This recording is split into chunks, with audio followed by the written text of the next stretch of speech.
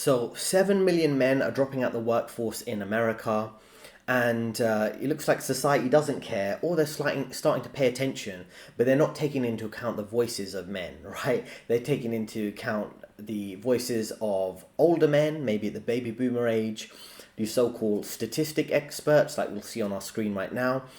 And it's interesting how mainstream media is finally paying attention to men dropping out the workforce, dropping out society. As you can see, the video we're going to be covering today is from CNBC, and they have 717,000 views in this video, right? So it's quite a lot. So let's see what this so-called expert has to say. They're not consulting the views of someone like me or other men in this demographic of working age, military age men, but let's see what this so-called expert has to say about us. Problem. The unemployment rate for prime age working men sat at 3.4% in August 2024. This number primarily includes those who are unemployed and looking for a job. But about 10.5% of men in their prime working years, or roughly 6.8 million men nationwide, are neither working nor looking for employment, compared to just 2.5% in 1954. So we see firstly these statistics, and they do have some good graphs in this CNBC little clip here, is that so 10.5% of men are not looking for work, which is a roughly 7 million men in the US, right? There are similar trends in the UK, other Western countries, and I'm sure outside the West too, where the statistics might not be as accurate. But what's interesting here is, so we have a large percentage of men who just don't want to participate in this society and work in it. They see the game is rigged. They see that, there's quite a strong bias throughout college and higher education in favor of women. Same with hiring and promotion practices. But not only that, they see that the economy is rigged against the middle class. And I'm sure a lot of these men are in the middle class or the lower working class kind of poverty levels, because they're doing the math. Okay, how much can I get paid? What can I get out of it? Can I buy a house? What's the divorce rate like? Divorce rate like 50%. Houses are super overpriced. If you have kids, they could be indoctrinated through all this gender ideology at a lot of schools. So you've really got to think about, there's this instinctual drive with men for freedom or for stability. In terms of freedom, they want to be free of this kind of sick system, and even if that involves relying on government benefits, they might opt for that and live a neat life. You probably heard the term NEET, N-E-E-T, not in education, employment or training, and many men are kind of unemployed, chilling at home, playing video games, and I don't really blame them, right? If my tax money is going to be wasted on one demographic, I don't mind it being wasted on that. Better off than the migrants coming abroad. I've never contributed to this country, or other demographics, right? And I feel like society's overlooked how many working age, military age men are completely detached, and that's not a recipe for social stability. And we're going to see throughout this how out of touch the mainstream media is with a lot of these men. Nearly half of prime age men out of the workforce cited obsolete skills, lack of education and training, poor work record, or security issues as a reason preventing them from work. Education is a very important predictor of a prime age man's odds of being out of the labor force. The big impacts are on the non-college educated groups on their ability to enter and stay in the labor market. Men who are not college educated leave the workforce at higher rates than men who are. At the same time, fewer younger men have been enrolling in college over the past decade. If you look at the geography of where the most prime age men out of labor. So just to feedback off that point, right? So firstly, when it comes to skills, training and work record, of course, it's important to have relevant skills that are marketable, that people want to hire you for, and being trained and, having a good, solid employment record over a long time period will help your chances of being employed for new jobs. But I don't think that's the underlying issue, right? People can always upskill. In many cases, the government would be willing to fund at least partially some of that upskilling because it wants to encourage people to work. But what's interesting here is I don't think necessarily, like I say, the primary reason.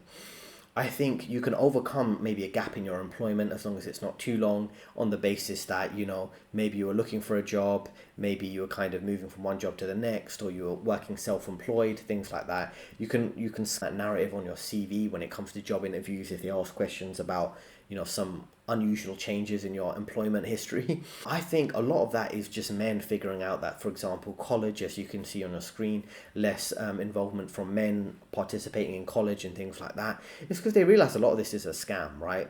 The whole thing about red pill culture really has gone viral, way beyond what I'd expect to see it go viral at. I was aware of, some of these viewpoints back in, over 10, 15 years ago, and I didn't think they'd go mainstream. But a lot of men seeing the red pill, maybe female nature of how the system works, of cancel culture, of liberal colleges, of high student loan debt, of toxic masculinity. A lot of these narratives, they just drive men out of society. They see, like, what's the point of participating? It doesn't seem like a win-win scenario, a win for society and a win for men to participate. It feels like a loose scenario for men to be actively participating in society and participate in all these rigged games and rigged, kind of corporate rules that have all this level of policing and domestication of male behavior.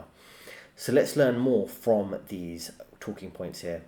I think, honestly, status plays more of a role than wages. As I said before, you had a manufacturing job, it was respected, you were part of a community, breadwinner for your family, you had organizations like unions or Rotary clubs that surrounded your job, and that's gone. In general, men without children are also less likely to participate in the workforce compared to men with children, especially men without education or training after high school. What we have seen is a huge rise in the proportion of prime-age men who've never been married, and a very, very significant decline the proportion who are currently married and have kids at home. And those two trends track closely with the big changes that we've seen about male attachment in the labor force. Correlation isn't always causation, but looking at that correspondence is real important, I think. Meanwhile, 57% of the roughly 10% of men not looking for work said their physical or mental health was the main reason for not being employed, with 55% citing a disability, serious illness, and/or receiving disability benefits. The whole question about the health and the mental health of male workforce dropouts is an extremely important and I think concerning one. Distressing proportion of the men who are out of the workforce say they're using pain medications every day. A 2017 research paper estimates that an increase in opioid prescription between 1999 to 2015 led to about 43% of the decline in men's labor force participation rate during that period. So then you have to ask, what sort of pain are we talking about? Are we talking about physical pain? Are we talking about metaphysical pain? There's an enormous amount of depression, mental health challenges that men in this grouping face. Some of this is a chicken and egg question. Did you drop out because you were feeling sad? Or are you sad because you dropped out and you're living on the couch? Unemployment is really... So before we continue, there's an important point there around status and money. And, I think that does impact men. Men are more conscious of their social status and how much money they're making. And if they can leverage that money to, raise a family, right? They're not like girl power, girl boss, strong and independent who'd spend the money on their expensive shoes and handbags. They're really thinking about, can I afford a family to bring some meaning into their life? But things like this don't exist anymore. Families don't exist. Well, there's less and less family formation because it's quite expensive and there's dysfunctional gender dynamics. There's a lack of community because of things like mass migration, a more individualistic, selfish society. People focus on consuming and passive-aggressively competing for social status instead of looking out for each other in a healthy community. People are moving so dramatically and quickly around even their own country that you don't really have tight-knit communities. And then you have an increased, divorce rate, where the divorce rate, like in America, is around 50%, right? So, men deciding to go their own way, they don't really have a reason to work. They don't have a family, they don't have a marriage, they don't have a community. They might be considered low status, so their dating life isn't going too well. The major reasons are not economical, they're actually social. And this is what this system doesn't want to focus on, and I'm sure these university professors or economists, they're probably working at institutions where they have to overlook certain factors. They're not allowed to talk about the impact of feminism on male participation rates at college, university, or in standard corporate America jobs, right? They have to overlook these things. And that's why when you have liberal universities, they come to all these delusional, deranged conclusions based on their gender studies department, for example, rather than assessing the reality that most men face, because that would be a politically incorrect conclusion to reach.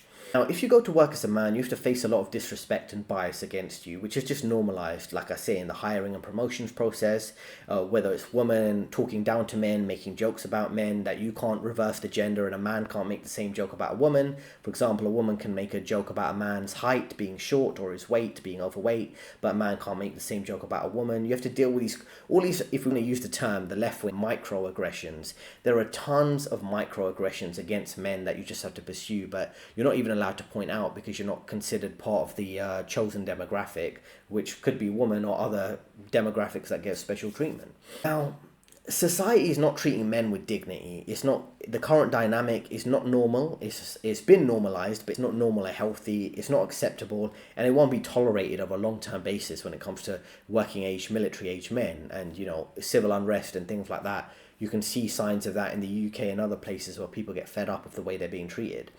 And the whole thing about men being pushed, men are really deliberately being pushed by the evil people who run this system, is pushing men into like misusing substances, like we mentioned, prescription pills there, escapism just to survive and get through the day, things like playing video games, which I don't think is necessarily bad, but I think if you're playing video games to escape all the time and escape reality, the same thing with using illicit substances, of course that's not a good thing. And then big pharmaceutical companies and major, video game companies, for example, they're profiting from men suffering in a way. And obviously there's a role for medicines. I'm not saying every pharmaceutical company or every video game manufacturing company is bad. Nothing wrong with playing video games, but they've kind of positioned this reality where men are pushed out of society, and then there's all these solutions that these big companies provide for them to help them live quite a detached life from society. So, and it's interesting how society works and the coping mechanisms we all use, because for me, I listen to a lot of music to get through the workday, which I've done in the office previous years, and it's just kind of, you do feel out of place as a man in society a lot of the time. So like, you putting on my headphones and listening to music to get through the workday is something I do a lot. I wouldn't smoke cigarettes like some of my co-workers, or some of my co-workers who drink a lot of alcohol in the evenings to get through some of the stress of the high pressure finance work environment. But it really does make you think, what different coping mechanisms we use, even if they're not the most unhealthy, like listening to music throughout the workday. But it just shows you how unsustainable the system is. If you take away some of people's coping mechanisms, the cigarettes, the alcohol, the video games, the music, the Netflix, things like that, if you take away a couple of those, you really see society be on edge. Like if there was an electricity power cut, imagine there was an internet outage and it only impacted entertainment, right? Spotify, Amazon, YouTube, things like that. I think people would be on edge because they use a lot of these distractions to get through their life. And when you don't have those distractions, it really, people are not, you're going to have civil unrest because people are using these distractions as coping mechanisms. You shut them down for 24 hours, you will see real mental illness in the streets, even though you see some signs of it already, right? Now, this is what I mean, right? When you deal with this level of demoralization and domestication of men, you have people who have mental breakdowns, right? You have mental health breaks where men might need time away from the workforce. They might go on sick leave. And there's lots of obvious gaslighting you have to tolerate as a man on a day-to-day basis. And obviously that will lead to mental health issues and men just feeling like, what is the point of continuing to participate if they're going to be treated in such a bad way and society's ignoring them? And like I say, society can keep ignoring it until the point where they only care about the economic impact, right? It's like, we need to get men back into workforce. We're going to treat men like second-class citizens, but they need to get back to the workforce. And it's like, why? I mean, they're not going to have families in many cases.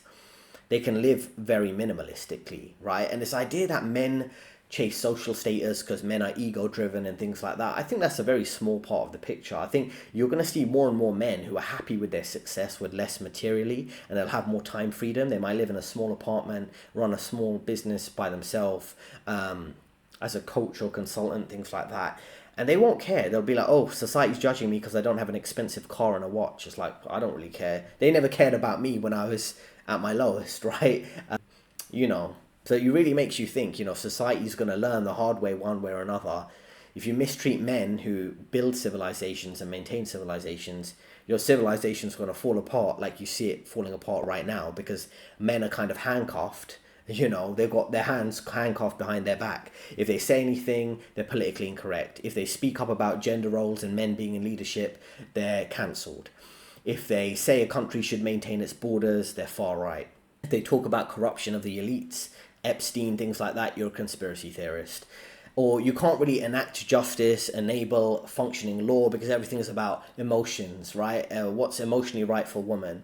What's politically correct? All of these are just, you know, ways of controlling and demeaning the natural law. And you can look up the term natural law, whether that's gender roles, whether that's men having purpose and kind of dominion and control over a country, maintaining border control, things like that, just basic things. Political correctness has basically ruined everything and deliberately treated men like second-class citizens, so the elite, the evil people in positions of power, can maintain and centralize control. So again, if the only role you can have as a man in this society is to kind of work, consume, which applies to men and women. All this society wants you to do, this system, it wants you to work and consume, not really reproduce, not really have healthy families or independent communities or independent sources of your food, growing your own food, things like that. They want to deter all of that. But if you're a man, your only real position is to be subservient to a corporation or a woman and play by their politically correct rules and be a domesticated house pet for a girlfriend who could cancel you and deal, you know, all sorts of false allegations against you. A corporation can see you as disposable, and you have to put up with their hiring and promotion bias against you. You have to pay high tax to a government that doesn't even look out for the man's best interests and will actively have divorce courts and all sorts of laws that minimize men's freedom of speech and police basically men's behavior. You'd go out into social environments in the system where, again, your freedom of speech and the way you conduct or physically touch anyone as a man could be considered inappropriate when it comes to a woman. You go to the gym and women are dressed inappropriately. You can't say anything about it as a man. You go to any type of social environment, any type of media you consume, it's kind of biased or pushing, you know, this narrative against men in Netflix, things like that. So it's like, it's just completely dysfunctional. It's like, I don't know how else to explain it.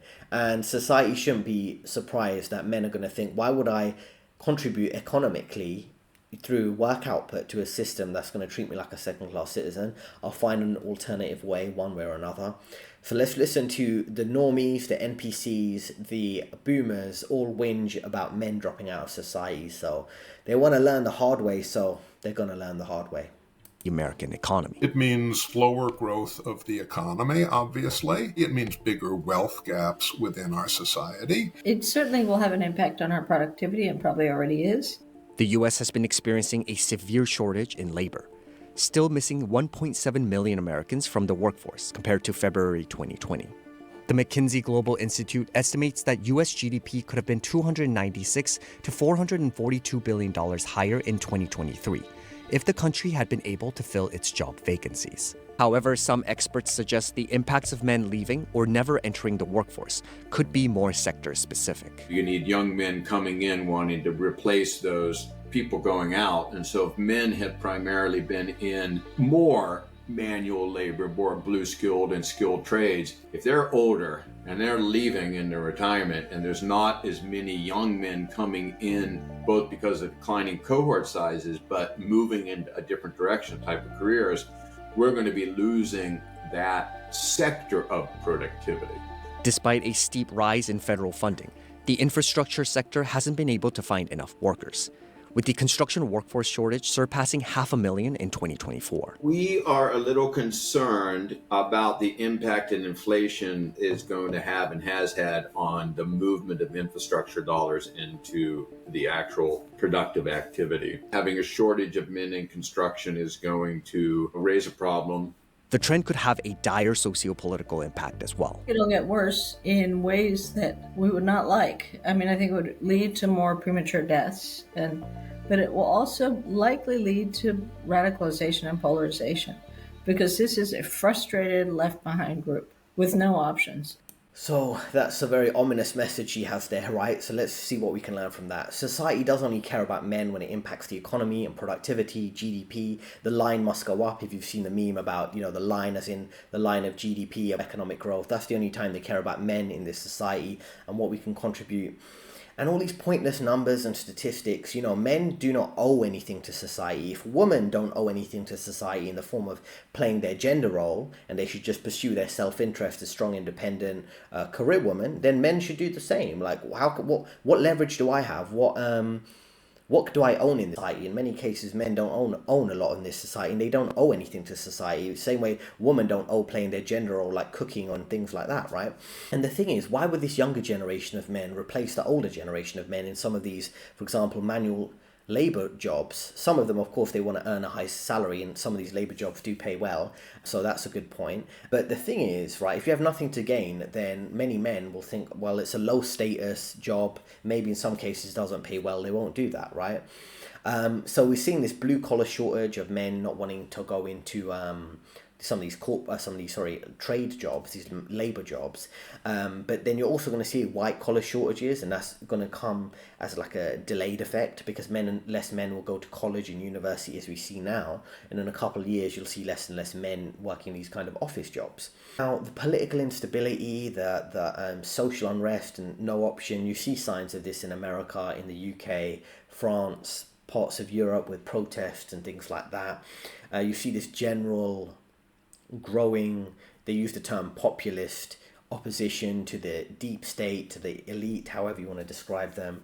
And the system and the elite, they knew this would happen, It's not like they were, behind the scenes, they run their statistics, they're very complex algorithms, they know what could happen, if you keep demonizing men, how much percentage of men would drop out of society. I'm sure they have all these statistics at the back end when they have their secret meetings about how to push society in particular directions.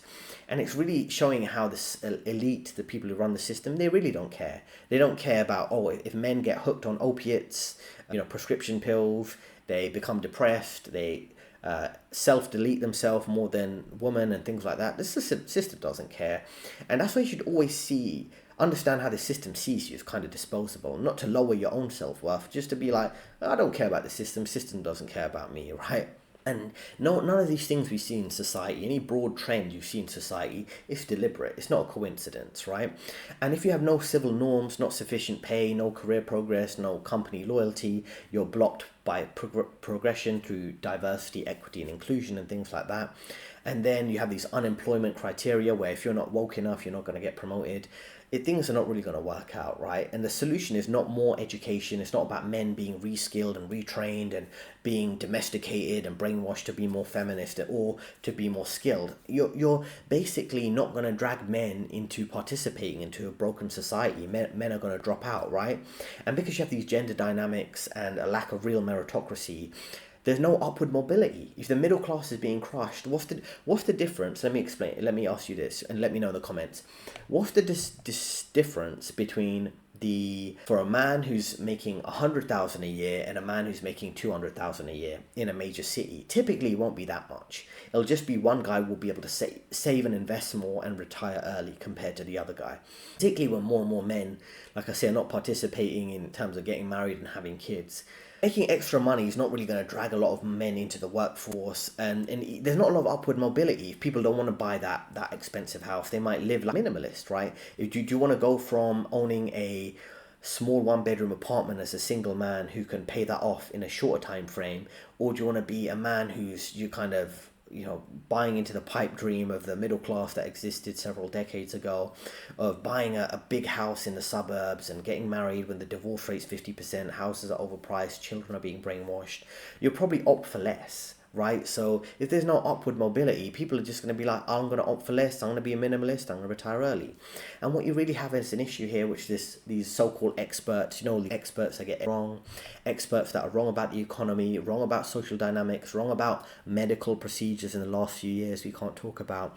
These experts, they don't want to address the cultural rot of wokeism, liberalism, feminism, things like that. They just want to, we're going to blame on men, we need to motivate them to get back involved in this system. You're not going to motivate them with some kind of, we fake care about you, some fake motivational propaganda, putting out David Goggins or Jocko Willink to do some, a lot of these guys, right? I'm not knocking them, but they get paid tens of thousands to go and give speeches at major corporations. They'll hire Jocko Willink like 20 to 50 grand to give a speech at a major corporation, or David Goggins, people like this. Yeah, you can say these men are more figures for other men.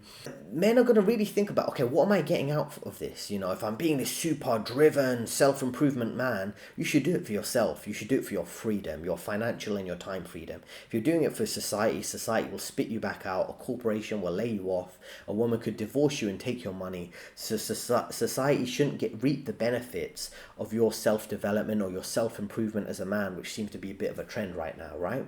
So that's very important to consider and take into account. Now, I wanted to mention a few final points based on some of the comments, right? There's many good comments here, right? I'll just focus on some broad final viewpoints from myself and based on looking through some of the comments around these type of things, right?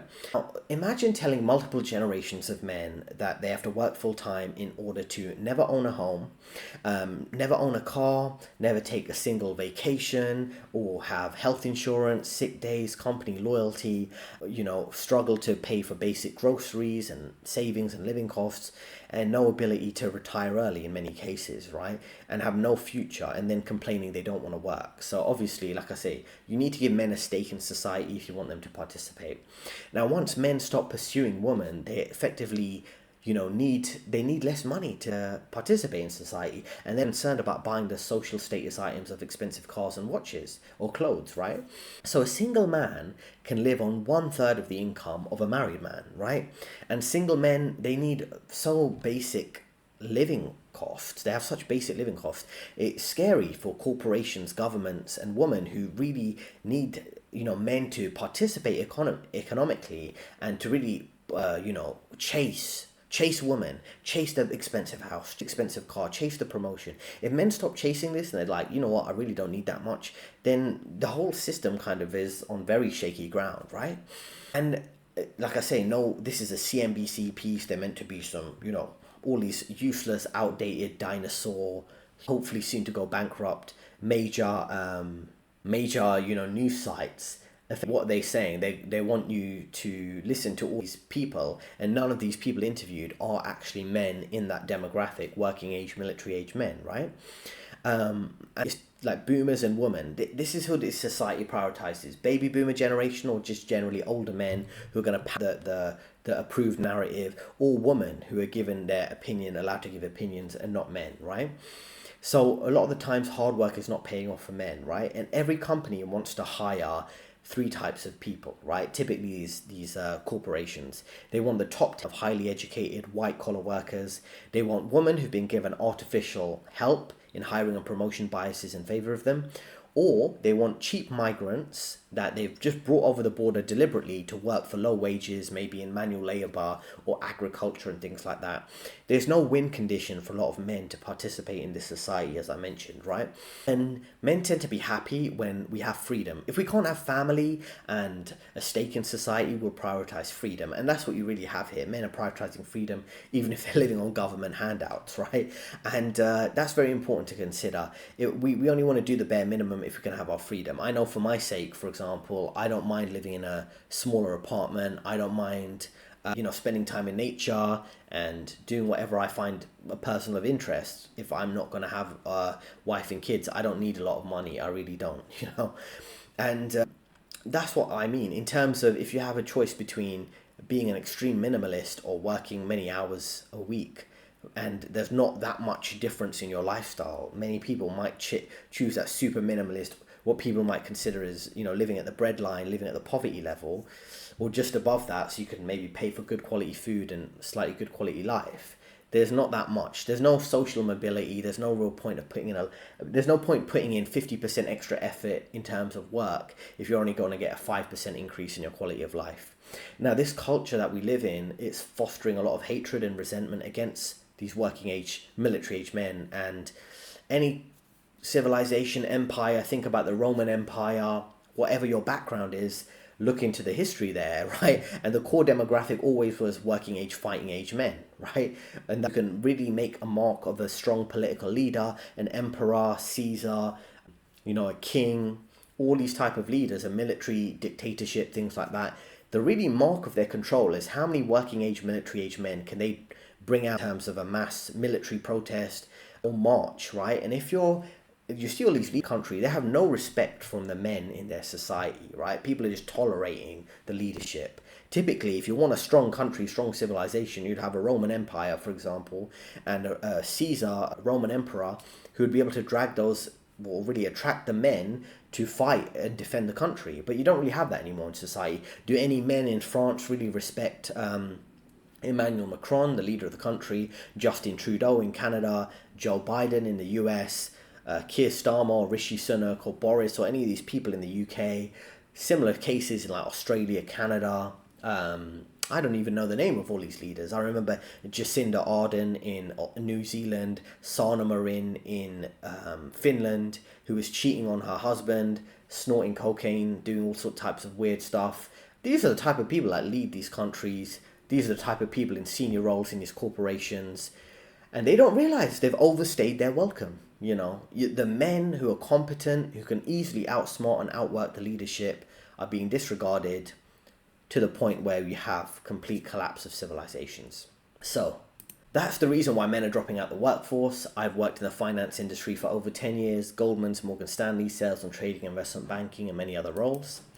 I offer career advice that will help men survive and thrive in this collapsing Western civilization and elsewhere too, and look for solutions, individual solutions that will help you, because as you can see, these major institutions, corporations, CNBC, news outlets, they don't get it. They're meant to be experts, they're meant to be highly qualified, PhD, economists, and they can't seem to figure out why men don't want to participate in this society. So you need someone who's based, someone who can actually help you, and that's me. So there's a link in the description if you want to speak with me directly. Let me know in the comments how you feel about men dropping out the workforce. It'd be good to hear different perspectives, you know, for and against it, men, women. Let me know what you think about it in the comments. And there are 2 recommended videos on the screen right now.